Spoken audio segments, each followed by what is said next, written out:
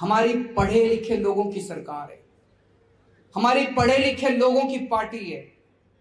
और जब मैं सरकार चला रहा हूं, मैं मीटिंग लेता हूं अफसरों की, मैं ये देखता हूं कि मुख्यमंत्री को पढ़ा लिखा होना कितना जरूरी है। ये अफसर आपको यूं घुमा देते हैं, आप मीटिंग लेते हो वो यूं घुमा देते हैं, आपको पता ही नहीं चलता कोई क्या कह गया, आपसे यूं ही फाइलों के ऊपर साइन करा लेते हैं। अगर आप पढ़े लिखे नहीं हो, आप सरकार नहीं चला सकते, आपको कोई भी बेवकूफ बना के चला जाएगा। 2016 नवंबर में नोटबंदी की गई, पूरे देश में एक दिन रात को 8 नवंबर को रात को 8 बजे प्रधानमंत्री जी ने आके कहा कि आज से 500 के और 1000 के नोट लागू नहीं होंगे। पूरे देश के अंदर अफरा तफरी मच गई, लोगों के घर में खाने को नहीं था, लंबी लंबी लाइनों में लोग खड़े हुए, पता नहीं कितने लोग शहीद हो गए लाइनों में खड़े हुए, कितने लोग बेरोजगार हो गए, कितनी दुकानें बंद हो गई, इंडस्ट्री बंद हो गई। पूरा देश 10 साल पीछे चला गया, पूरा देश 10 साल पीछे चला गया।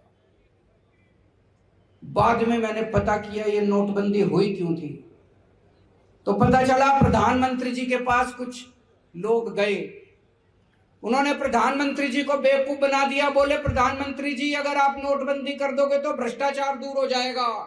मैं आपसे पूछना चाहता हूं भ्रष्टाचार दूर हुआ? बोले प्रधानमंत्री जी नोटबंदी कर दोगे आतंकवाद दूर हो जाएगा। मैं आपसे पूछना चाहता हूं आतंकवाद दूर हुआ?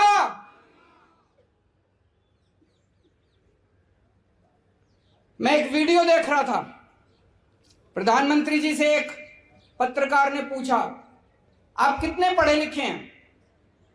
उन्होंने कहा मैं हाई स्कूल तक गया हूं, उसके बाद मैंने पढ़ाई नहीं की।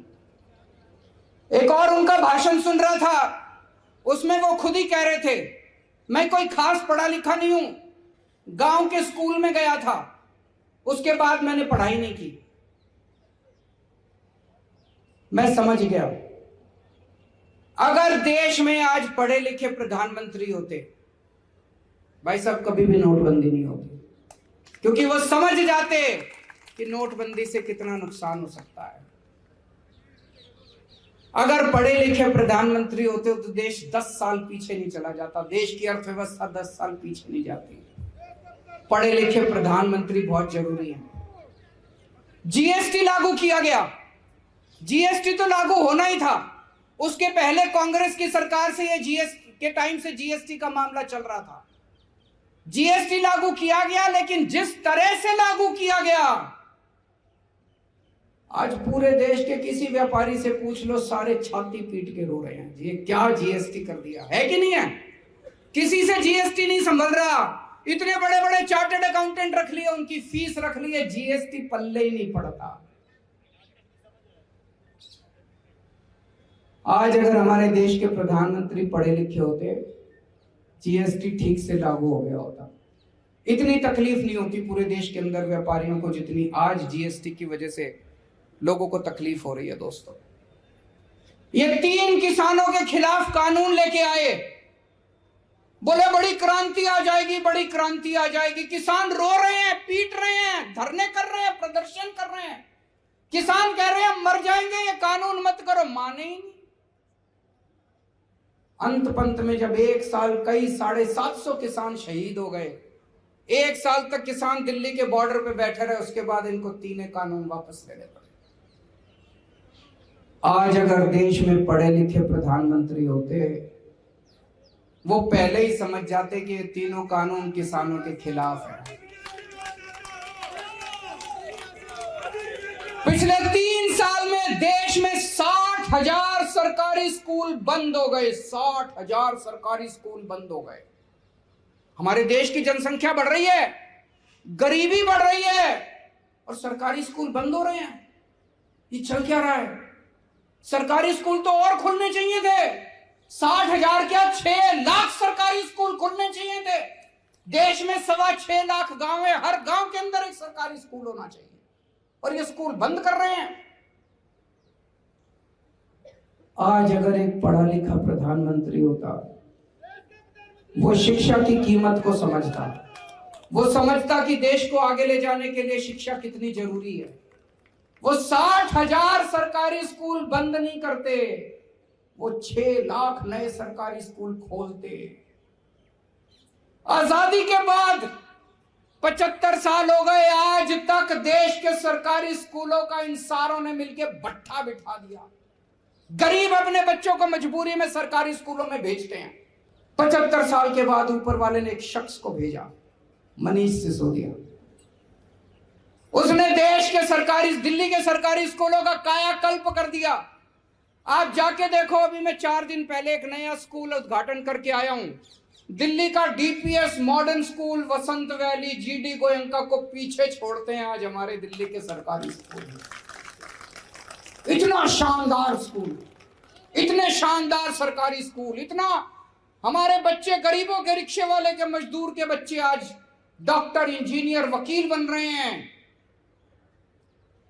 ऐसा शख्स जिसने देश के करोड़ों करोड़ों बच्चों के मन में, उनके माँ बाप के मन में एक उम्मीद पैदा की कि हमारे बच्चों को भी अच्छी शिक्षा मिल सकती है। नहीं तो एक रिक्शे वाले का बच्चा सोचता था मेरा बेटा भी रिक्शा चला लेगा, मजदूर का बच्चा सोचता था मेरा बेटा भी अब मजदूर बनेगा बड़ा होके। अब ये सपना देख रहे हैं हमारे बच्चे डॉक्टर बनेंगे, इंजीनियर बनेंगे, अमीर बनेंगे। ऐसे शख्स को प्रधानमंत्री जी ने जेल में डाल दिया। कोई अगर पढ़े लिखे प्रधानमंत्री होते तो मेरे को फोन करते, कहते अरविंद जी पार्टीबाजी छोड़ो, आप ये मनीष सिसोदिया को मेरे को दे दो, मैं इसको देश का शिक्षा मंत्री बनाऊंगा। बोलते कि नहीं बोलते? उन्होंने इनको पकड़ के जेल में डाल दिया। बताओ, मेरे को बड़ी तकलीफ हुई। अब मनीष सिसोदिया के लिए नहीं, मनीष सिसोदिया तो भगत सिंह है, जान ले लो उसकी, फांसी पे चढ़ा दो, खुशी खुशी देश के लिए फांसी पे चढ़ जाएगा। मुझे देश के लिए चिंता हुई कि इतने अच्छे शख्स को इन्होंने उठा के जेल के अंदर डाल दिया।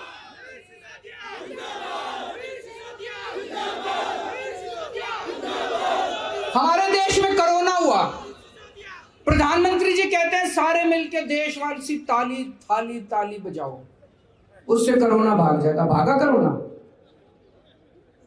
एक दिन कई सारे वैज्ञानिक बैठे थे, उन वैज्ञानिकों को प्रधानमंत्री जी भाषण दे रहे थे।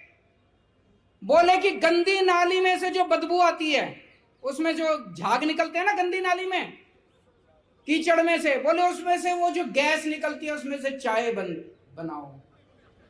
तो यार सारे गैस का सिलेंडर छोड़ के गंदी नाली में से, ये क्या है? ऐसी बातें करते हैं प्रधानमंत्री जी। एक दिन बोले ये जो बारिश आती है, बारिश में बादल हो जाते हैं, बादलों के टाइम पे हमें आक्रमण करना चाहिए दूसरे देश पे, उसमें राडार में पकड़ा नहीं जाता। वो मैं देख रहा था, सारे मजाक उड़ा रहे थे उनका। अगर आज हमारा प्रधानमंत्री पढ़े लिखे होते तो इस किस्म की बेतुकी बातें नहीं करते, जिससे देश का सर झुक जाता है इन बातों से। इससे बड़ी बात यह, मेरे को डर लगता है, जो अभी मान साहब ने कहा, बड़ी इंपॉर्टेंट बात कही। जब फाइलें आती हैं उनको आधे बार अगर आदमी पढ़ा लिखा ना हो, आज गवर्नेंस इतनी कॉम्प्लिकेटेड हो चुकी है, सरकार इतनी कॉम्प्लिकेटेड हो चुकी है, अगर आदमी पढ़ा लिखा ना हो, आधी बातें उसको समझ में नहीं आती कि अफसर मेरे से कहां साइन करा रहे हैं। मेरे को डर इस बात का लगता है, चिंता मुझे मेरे देश के बारे में होती है कि मेरे देश के प्रधानमंत्री अगर पढ़े हुए नहीं हैं तो रोज पता नहीं कितने निर्णय ले रहे हैं, कितने डिसीजन ले रहे हैं। वो डिसीजन सही है कि नहीं है, वो निर्णय सही है कि नहीं है, वो कौन करवा रहा है उनसे? कोई भी आके उनसे कुछ भी लिखवा के ले जाता है, कोई नोटबंदी करवा देता है, कोई थाली ताली बजवा देता है, कोई किसानों के कानून बनवा देता है, कोई कुछ करवा देता है, कोई कुछ करवा देता है। हमारे देश जा आ रहा है, हमारा देश। डर लगता है मुझको। इसलिए आज मैं सारे देशवासियों के सामने एक प्रश्न छोड़ के जाना चाहता हूं।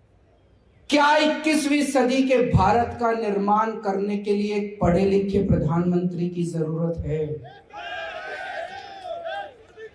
क्या एक कम पढ़े लिखे प्रधानमंत्री 21वीं सदी के भारत का निर्माण कर सकते हैं? ये हम सब लोगों को मिलकर सोचने की जरूरत है।